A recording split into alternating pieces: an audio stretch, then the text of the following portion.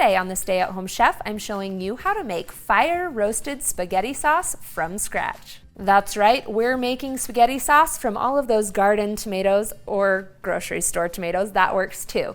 But before we get to the tomatoes, you're going to start with some garlic. We're going to roast 2 whole heads of garlic, and what you want to do is just slice off the tip to expose the cloves inside like so. Place the head of garlic onto some aluminum foil and drizzle on just a little bit of extra virgin olive oil. Then we'll just wrap it up tightly, and that's ready to go. Grab your 2 heads of garlic as well as 10 pounds of Roma tomatoes, and let's head on outside to the grill. So first we'll pop on our heads of garlic and then start adding on all of your tomatoes. And yes, 10 pounds of tomatoes is quite a lot, so just fit them in there the best that you can. You want to char the skins so that they start peeling off just like this one is doing.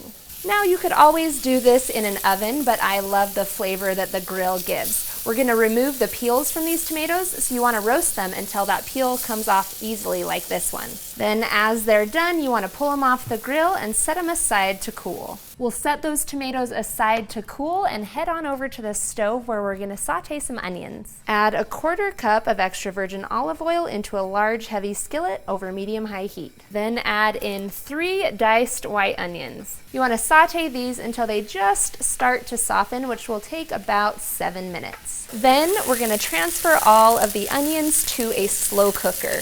You could also do this in a large pot on the stove, but I like to use the slow cooker because it's just so darn convenient. Now that our tomatoes have cooled off, we can start slowly removing all of the peels from each one. And then place each peeled tomato into the slow cooker. Then we'll grab the garlic and start squeezing out all the cloves. I love roasted garlic. It has a nice mild flavor to it that's just delightful. Then we're gonna grab some fresh basil, and then we'll just give these a rough chop and put them into the slow cooker. You should end up with about 1 cup of chopped basil. Then you'll need 3 teaspoons of sugar to help balance the acidity in the tomatoes, 1 tablespoon of salt, and last, a teaspoon of pepper. Then we'll get an immersion blender going and start pureeing this until it's nice and smooth.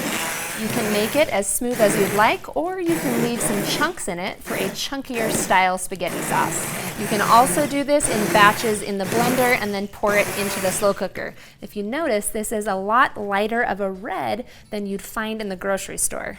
None of that artificial coloring that they use in the grocery store versions. This is totally from scratch from the garden. Then just pop the lid on and cook this on low for 4 to 6 hours. Once it's done, you can eat it right away, but we've made a ton so that you can can it following proper canning procedures, or what I like to do is portion it out into gallon-sized Ziploc bags and lay them flat to freeze so that I have dinner ready to go whenever I need it. All it takes is thawing this out. And that's it, my friends. You are ready to eat.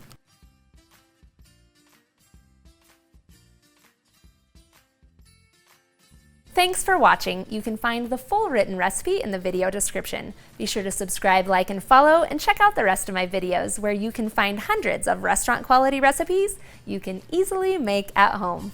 See you later.